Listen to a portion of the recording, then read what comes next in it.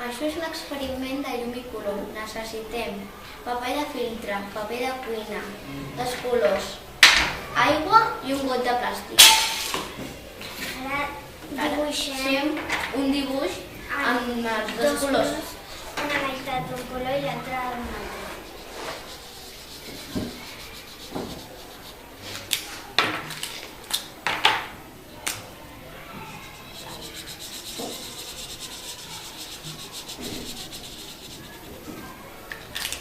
Ara amb el paper de cuina el fiquem al got. Després enrotllem el paper de feltre fent una forma de cono i el posem a dintre.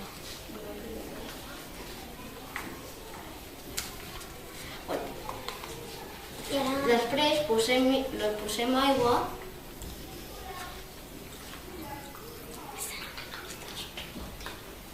i l'anem mullant.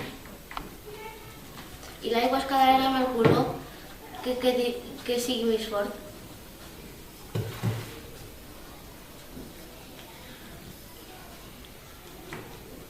I ho veu com queda difuminat el color? Això és per l'aigua.